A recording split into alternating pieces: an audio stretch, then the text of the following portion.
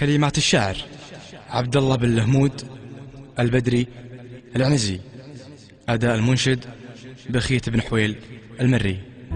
يا هجوس الشاعر اللي ما تجف الحونه، يا رجال عد القراح بشحة القفاني، يا ابو فارس والفرايد بالصدر مضمونه، في مدح ربعي يقولوا لا رد لساني.